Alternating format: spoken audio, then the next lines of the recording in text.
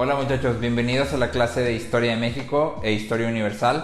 Este video también es el mismo para las dos clases, entonces si lo estás viendo en una ya no tienes que ver el otro.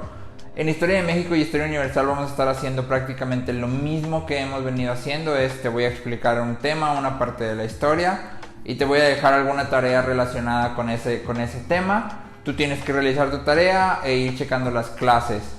No te voy a estar pidiendo los resúmenes del libro. ¡Qué agradable sujeto! Porque creo que más importante a que tú escribas mucho y todo esto es que pongas atención a las clases y puedas aprender lo que estamos viendo. Eso creo que sería lo ideal, ¿sí?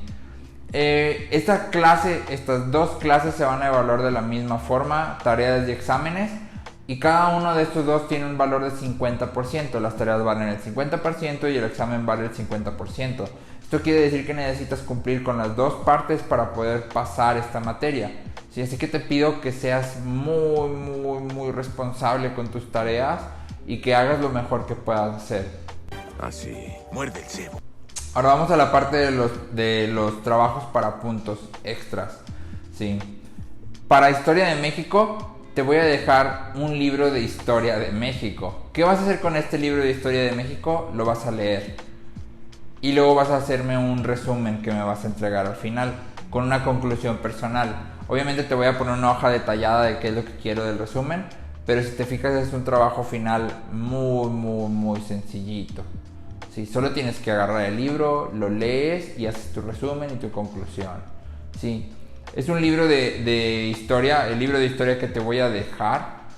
Nuestra finalidad como escuela es que puedas conocer un poco más de la historia de México de una manera un poco más profunda. Hemos estado hablando mucho acerca del principio de México, de los olmecas, de los mayas, de las tribus sedentarias, de por qué se quedaron, por qué se hicieron sedentarias con el maíz y todas estas cosas. Y muchos de ustedes preguntaban, bueno, ¿y a qué hora sale Benito Juárez? ¿Y a qué hora se empieza todo esto? Este semestre vamos a empezar a ver todo esto, pero yo quiero que tú puedas tener un conocimiento más amplio de la historia de México y que puedas entender cómo la historia afecta la forma en que tú y yo vivimos al día de hoy. Uno de los primeros temas que vamos a tratar en estas semanas en esta materia de historia de México es la división de clases que existía cuando los españoles reinaban aquí. Sí, tú puedes decir, bueno, eso fue hace mucho tiempo, pero se sigue viendo un efecto de esto en la sociedad que tú y yo vivimos hoy. Algo anda mal. Y es muy interesante entender cómo la historia afecta la forma en que tú y yo pensamos, aunque creamos que está muy atrás de nosotros, tiene cierta influencia en las cosas que tú y yo hacemos, decimos y vivimos. Y nuestra intención es que puedas entender un poco más profundamente esta parte de la historia de México, ¿sí? En la parte de historia universal es muy interesante y para mí ha sido muy entretenido poder ver cómo el mundo se va formando. Y si tú te has fijado junto conmigo, siempre como humanos pretendemos alejarnos de lo que Dios dice y de lo que Dios es. Si te acuerdas, hablábamos acerca de esta parte del Renacimiento, donde los filósofos y los grandes pensadores de la época lo que decían es que la verdad no está en la fe, la verdad no está en la Biblia, la verdad está en pensar, en lo que puedes experimentar, si hay prueba y error y lo puedo explicar, entonces esa es la verdad.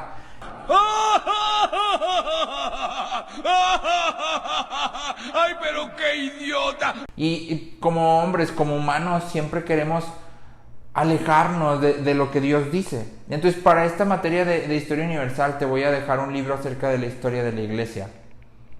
Y quiero que conforme vas leyendo el libro de la historia de la iglesia, puedas como conectarlo con lo que el mundo estaba viviendo en ese momento. Cómo la iglesia se ha ido desarrollando a la par de lo que el mundo está viviendo.